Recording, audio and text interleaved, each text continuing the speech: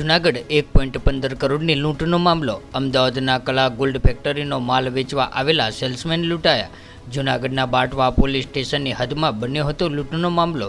યજ્ઞેશ જોશી તેમજ સાથી ધનરાજ ગોલ્ડના સેલ્સમેન હોય અને સોનું વેચવા આવ્યા હતા। ત્યારે બાટવા જતા પાજોદ નજીક કારમાં પંચર લાગતા ચેક કરવા ઉતર્યા હતા અને બાઇક પર આવેલા બે શખ્સોએ આવીને ઝપાઝપી કરીને અપશબ્દ બોલી મામલો ભીચકાયો હતો અને અન્ય વધુ બે શખ્સો આવી પહોંચતા અને ફરિયાદીને ધમકાવીને ગાડીમાં બેસાડ્યા હતા। ત્યારે અજાણ્યા શખ્સોએ ગાડી ચેક કરતા સોનું અને અન્ય સોના ચાંદીના દાગીના મળી આવતા લઈને ફરાર થઈ ગયા હતા। ત્યારે 5 સપ્ટેમ્બરે રાત્રે 8 વાગ્યાની આસપાસ ઘટના બની હોય ત્યારે પોલીસે તરત જ ઘટના સ્થળે પહોંચી આવી હતી અને હાલ લોકલ ક્રાઇમ બ્રાન્ચ અને પોલીસ આ ઘટનાને લઈને વધુ તપાસ હાથ ધરી છે।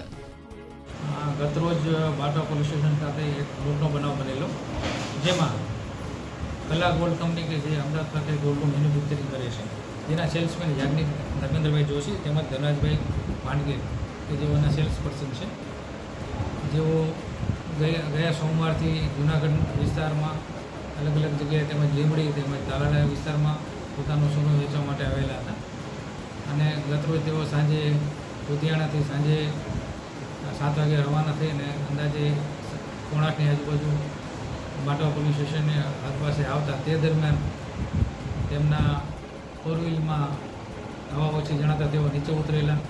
તે દરમિયાન એક વ્યક્તિ ધસી આવી તેમની સાથે ઝપાઝપી ગાળાગાળી કરી તેમજ તેને શરીર જેવો હથિયારથી ઈજા કરેલી। બાદમાં બીજા 2 જણ આવી જતા અને તેઓના ફોર વ્હીલની અંદરથી સોનાના દાગીનાની સુટકેસ હતી, જેમાં સોનાના દાગીના, ચાંદીના દાગીના તેમજ રોકડ રકમ મળી કુલ 1,15,00,000 અને 82,000ની પોતાની લૂંટ કરી નાસી ગયાની ફરિયાદી શ્રી યાજ્ઞિકભાઈએ જાહેર કરતાં બાટવા પોલીસ સ્ટેશનમાં ગુનો દાખલ કરી અને આગળની તપાસ લોકલ ક્રાઇમ બ્રાન્ચના પોલીસ ઇન્સ્પેક્ટરે સંભાળેલી છે। આ બનાવની જાણ થતાં તુરંત જ પોલીસ અધિક્ષક શ્રી મહેતા સાહેબ, ડીવાયએસપી તેમજ તમામ કેસો ડિવિઝન ઓફિસરો તેમજ જિલ્લાના પણ ડિવિઝનના ઓફિસરો આવી ગયેલા અને જુદી જુદી ટીમો પાડી આરોપી પકડવાની તજવીજ હાથ ધરેલી છે।